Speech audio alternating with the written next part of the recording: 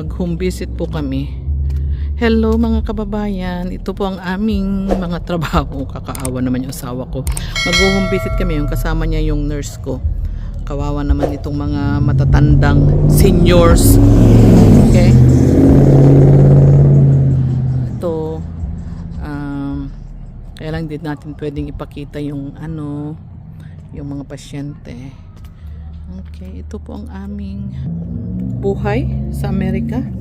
Walang hindi pwedeng padonya-donya. Hindi pwede pong trabaho lang. Ganun, hindi ako pwedeng mauupo lang. Ginagawa ko lahat para mabuhay. Kasi pag hindi ka naman gagalaw, hindi naman saan kami aasa. Yan po. Aking nurse. Ayan. Hindi pwedeng ipakita po yung Only a little drop. Yeah. They got scared. They got scared? Well, they wanted to be sure she'd be okay during the night. I didn't give her last night the Eliquis because of the bleeding. Yeah. I'm calling you last night. Twice. Kasi natakot ako sa kanya. Hindi ko na Nasagot? mga call, yeah. Okay lang. Nakita ko lang natin gabi na. Okay. Okay lang. What is this? Blister. Because they use Maupo! Why can you not sit down? they use paper tape in the hospital. Yan yung aking nurse. Ito po. We do home service. Once in a while, pag hindi busy si doktor, nanay, nag-home service si doktor, paminsan-minsan. Yeah. Tagal na namin di pumunta dito. Kaawa naman sila. Kasi mga senior citizen na, yung mga kakaawa naman sila. Okay, lalo na pag walang pong mga pamilya, we try to go and help. Diba, Bian? Hello mga kababayan, ay tignan nga, ayusin muna natin yan. Yung ating mga, followers, mga subscribers, pasensya na po. Talagang pagod na pagod ako, inaantok po ako. Anyway, time check siya dito sa Steady Saturday night, it's 11 o'clock. Tingnan natin, ha? Para hindi tayo, I'm not lying. And then we're working. Andyan po, I'm working still.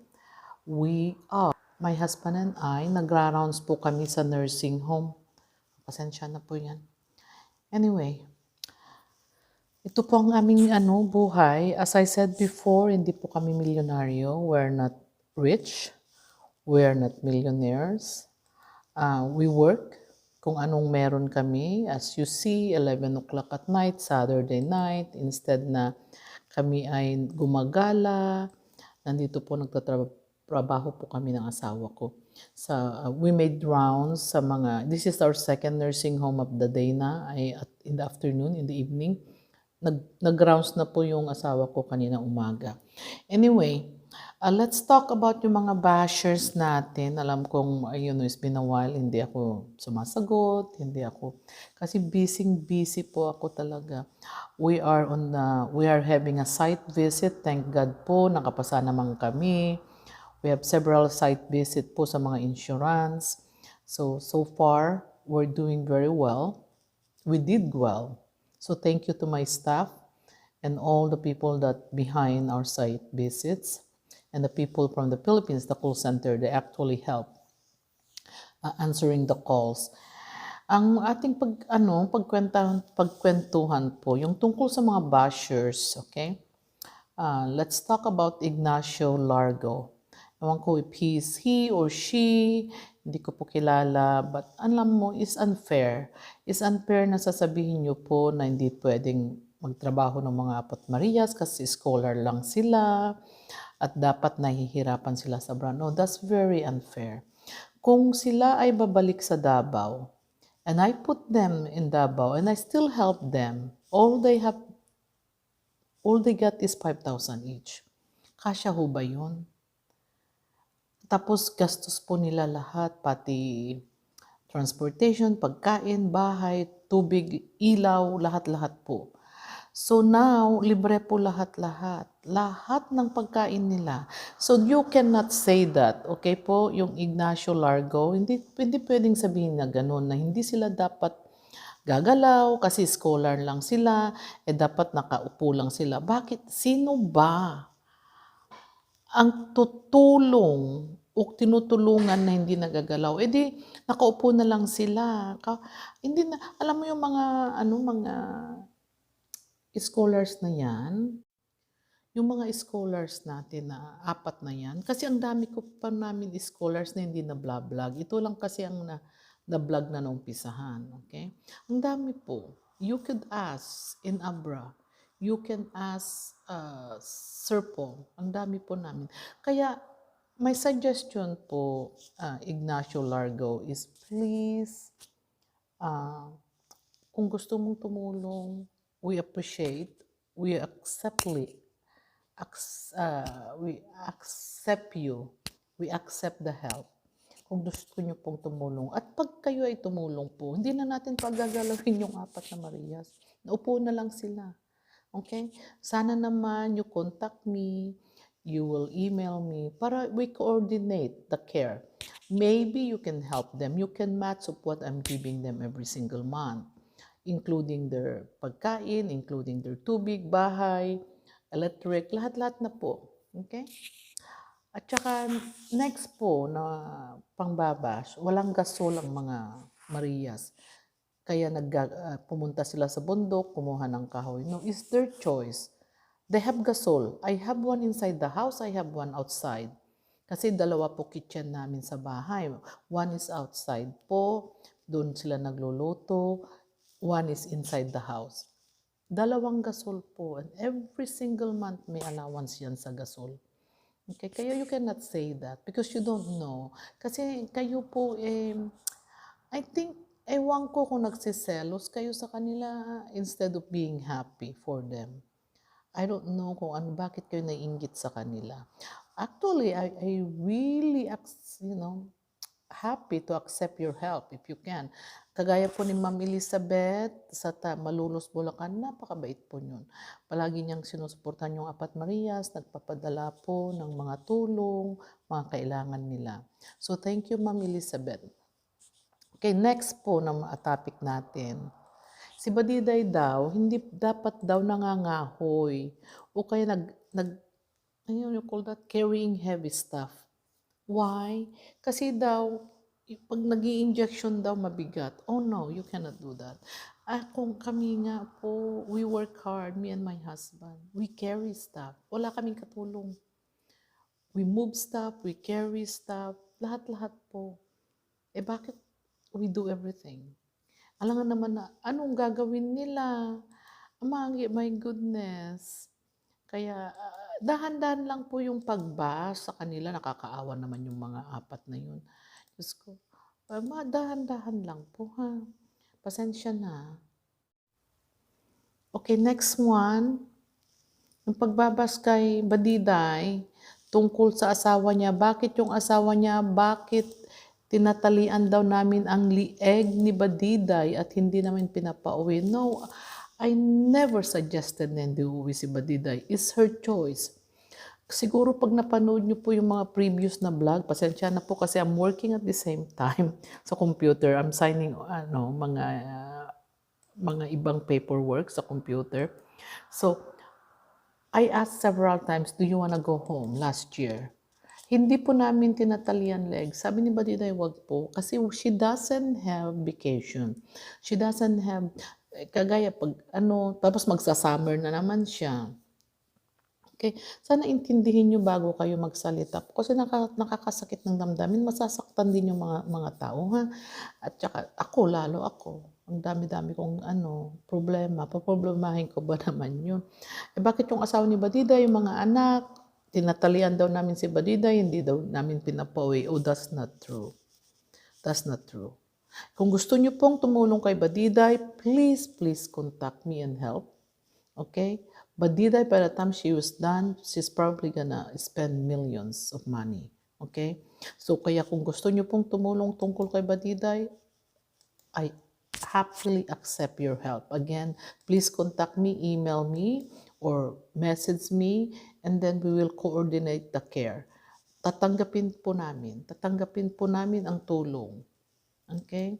At saka kay Ninette na nagpadala po ng dapat gagamitin ni na yung asawa ni Badiday at saka yung mga anak na papuntang Abra. Badiday decide na not to bring them kasi madidistract daw sa kanyang study. Okay, so salamat Ninette ha sa pagtulong mo. I know I'm gonna give it to Badiday to help with her expenses this school sa tuition fee niya. Okay, yung binigay mo po. Salamat sa iyo. Okay? Again, yung mga ganyan na nagbabash, hindi namin tinatalian po si Badiday. We never do. Okay? At saka yung pagsisimba nila ngayon po, I understand, hindi sila Katoliko, hindi nila alam, kaya sinabi ko na po kay Totoy, if they really wanna go, they could go attend. Kasi ako po, kung nasaan kami ng asawa ko, we attend everywhere. We just participate. Kaya lang hindi sila, tama po kayo, hindi sila pwedeng magkomunyon muna. Unless they convert to Catholicism. Hindi ko naman po sinasabing magko-convert sila because they have their own religion. But I always advise them, kahit saan kayo magsimba, pwede yan. Okay? So pasensya na po yung outfit na Irene noon. They don't know. They really don't know. So next time po alam na nila. Okay? Alam na nila. It's a learning lesson. Okay, bakit si Erna lang ang uuwi itong summer? Because Sir Paul promised the parents na siya po uuwi po si Erna itong summer. After that, I told them I cannot afford keep sending you to Davao or going home because it's very expensive. Ang dami-dami nilang expense. Kagaya na Irene po, may immersion, di ba? Ang dami namin pabayaran. Tapos sabi ko sa driver ko, ihatid mo na siya. Tapos magpapaluto po kami ng mga baon niya. Ang dami po naming gastos. So magragraduate yung tatlo po, si Erna, si Marjorie, tsaka si Irene, sabay-sabay po sila sa April. I think in the middle of April. Kaya Ma'am Elizabeth, if you wanna go and attend, Ma'am Judy, Baltasar, you're always welcome to go. Okay? Magragraduate po yung mga tatlo. And I know I cannot be there. I asked Paul to attend. So hopefully he could attend. Kaya pasensya na po ha, kasi kung minsan ang dami-daming bash, yung Ignacio Largo Ignacio, something like that. Pasensya na po, intindihin nyo naman ako. Diyos ko. Kung kayo ay po makakatulong, I will happily accept ang tulong mo. Huwag po kayong mag-bash kung wala po kayong maitulong. Okay? Huwag kayong magsasabi ng negative thing pag wala po kayong naiambag. Mag-advise lang po kayo sa kanila. It's just an advice. Matutuwa yung mga bata. They're actually mababait yung mga bata na yun. Okay? Bakit daw lumipat si Badiday sa kwarto ni na Irene? It's their choice. I never asked them to move there. Sabi nila, tita, kasi nag-duty na po kami ng gabi.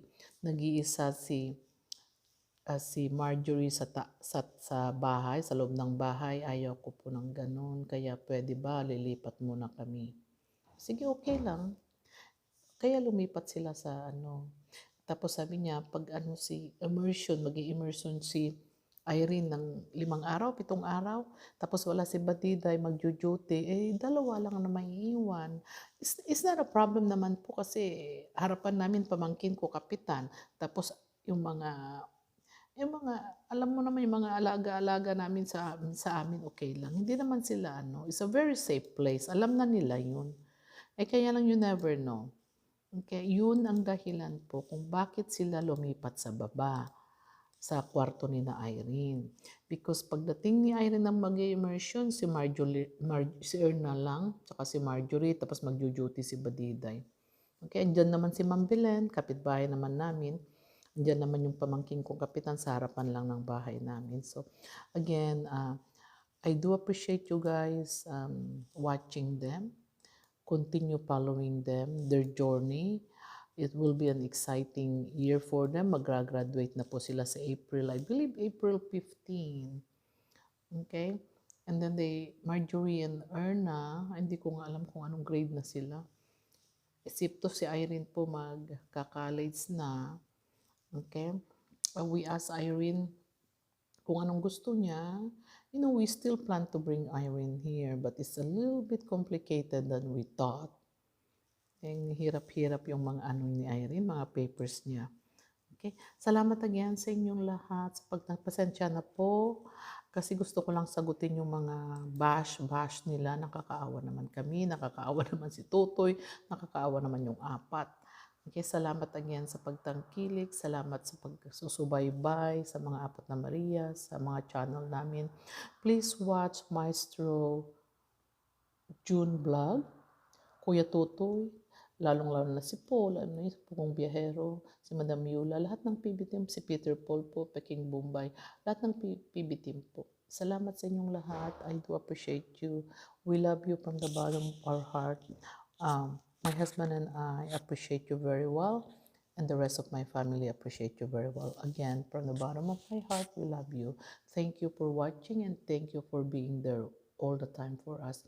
Maraming salamat po. Pasensya na po yung mga hindi ko po natutulungan talaga. Sagad na sagad po ako. I had a lot last year, hoping it will be better this year. Again, thank you. I love you all.